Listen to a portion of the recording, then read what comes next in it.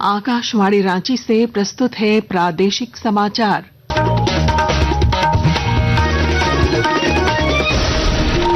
नमस्कार, प्रादेशिक समाचारों के साथ मैं पूनम केरकेट्टा।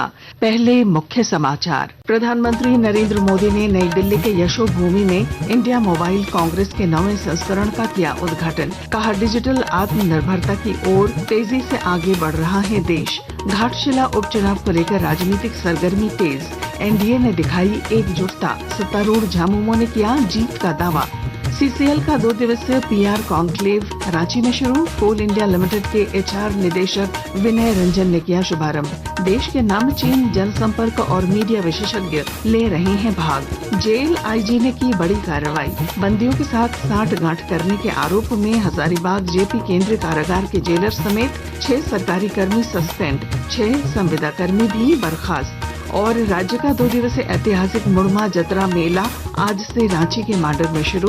राज्यपाल संतोष कुमार गंगवार और पूर्व मुख्यमंत्री बाबूलाल मरांडी होंगे शामिल। और अब समाचार विस्तार से।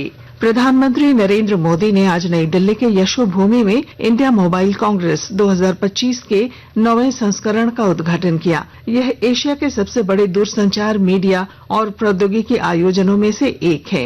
इस अवसर पर श्री मोदी ने कहा कि भारत डिजिटल आत्मनिर्भरता की ओर तेजी से आगे बढ़ रहा है।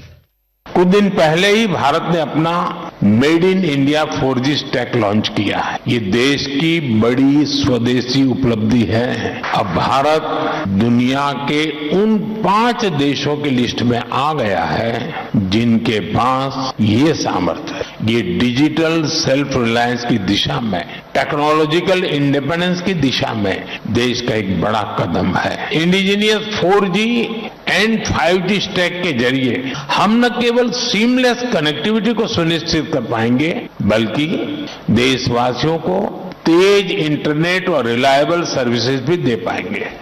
घाटशिला विधानसभा उपचुनाव को लेकर राजनीतिक सरगर्मी है। एनडीए ने इस सीट को हर हाल में जीतने का संकल्प लिया है। वहीं इंडिया ब्लॉक ने भी जेएमएम के नेतृत्व में चुनाव लड़ने की तैयारी की है। आजसू सुप्रीमो सुदेश कुमार महतो ने कहा है कि एनडीए मजबूती के साथ चुनाव मैदान में उतरेगी। घाटशिला में उपचुनाव होना है और उपचुनाव की तिथि आ चुकी है और निश्चय यही किया गया है कि हम संयुक्त रूप से सभी एनडीए के घटक दल मिलकर इस चुनाव में हम लोग भाग लेंगे। जो परिस्थितियां हैं प्रदेश के अंदर में, मुझे लगता है कि एक बेहतर परिणाम हम प्रदेश के अंदर एनडीए के पक्ष में हम लोग देने की पूरी कोशिश करेंगे। इस बीच राज्य में सत्तारूढ़ गठबंधन के प्रमुख घटक झामुमो के केंद्रीय महासचिव सुप्रियो भट्टाचार्य ने दावा किया है कि पिछले चुनाव से अधिक वोटों से इस बार पार्टी प्रत्याशी की जीत होगी।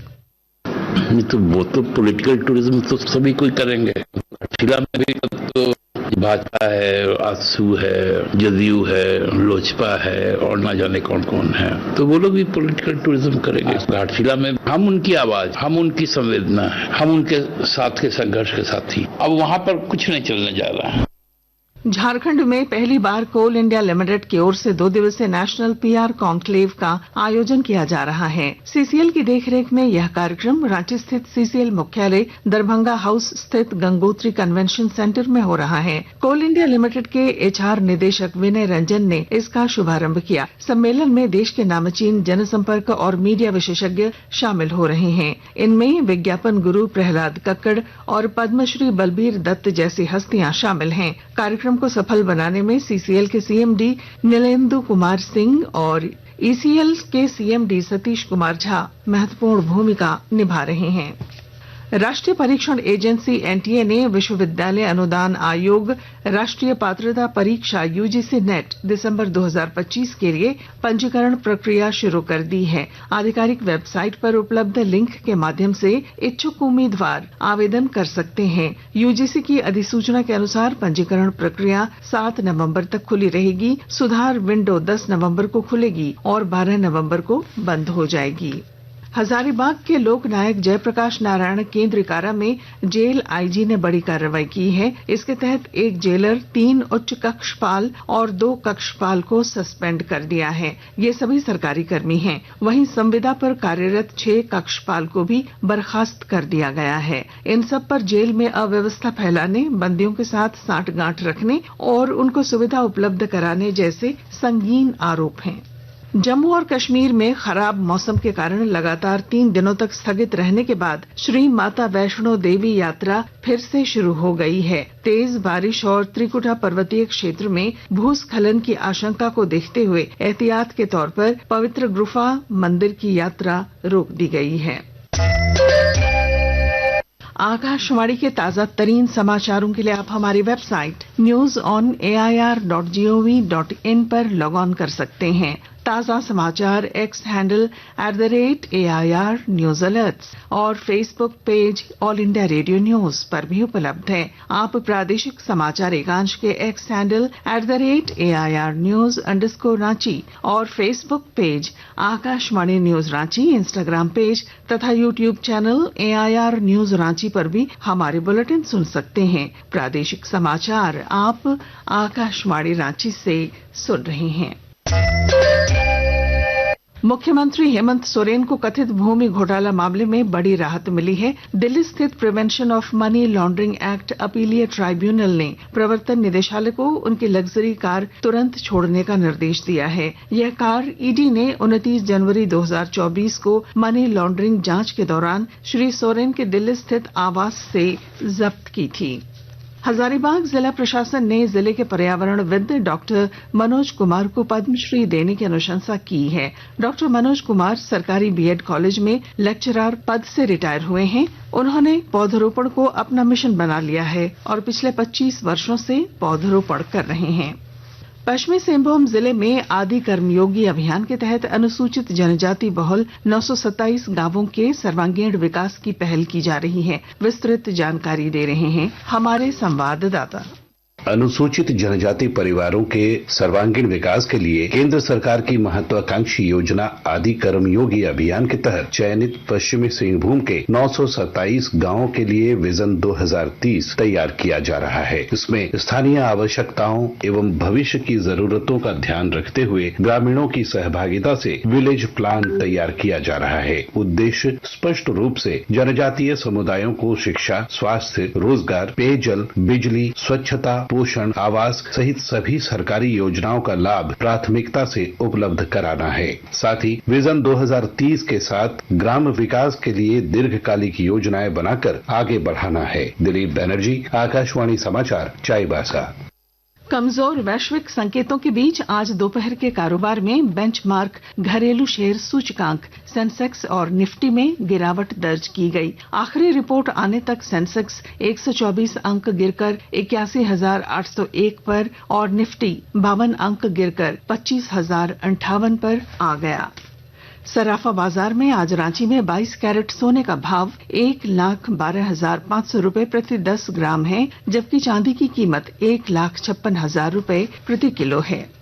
जमशेदपुर के बिष्टुपुर गोपाल मैदान में स्वदेशी मेला आज से शुरू हो रहा है। शाम 5:30 बजे पूर्व केंद्रीय मंत्री अर्जुन मुंडा इसका उद्घाटन करेंगे। मौके पर विधायक पूर्णिमा साहू, टाटा स्टील के उपाध्यक्ष DB सुंदर रामम और झारखंड क्रिकेट एसोसिएशन के सचिव सौरभ तिवारी भी मौजूद रहेंगे। मेला संयोजक अशोक गोयल ने बताया कि मेले में 300 से ज्यादा स्टॉल लगाए जा रहे हैं, जिनमें हैंडीक्राफ्ट, खादी, टेक्सटाइल्स, सोलर से जुड़े उत्पाद उपलब्ध होंगे। मेले के आयोजन का मुख्य उद्देश्य ही है कि हम स्वदेशी वस्तुओं को उपभोक्ताओं के बीच कैसे पहुंचाएं। बाहर से करीब 22 राज्यों से यहाँ पर स्टॉल आ रहे हैं। हमारी भी ये सफलता है कि आज देश के प्रधानमंत्री भी ये बात कह रहे हैं कि स्वदेशी अपनाओ तभी देश का विकास।